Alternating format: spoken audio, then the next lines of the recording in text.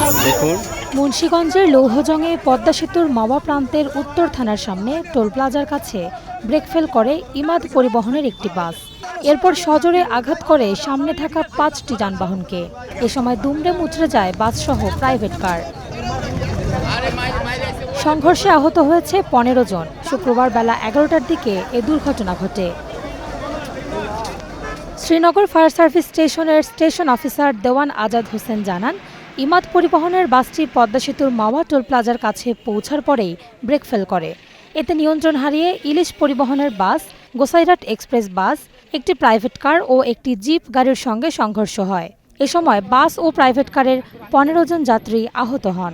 ৫টি গাড়ির সংঘর্ষ হয়। এখানে ২টা প্রাইভেট কার এবং ৩টি বাস রয়েছে। এর ফলে বেশ কয়েকজন যাত্রী আহত হয়। আহতদেরকে উদ্ধার করে বিভিন্ন হসপিটালে প্রেরণ করা হয়েছে। বর্তমানে যান চলাচল স্বাভাবিক আছে।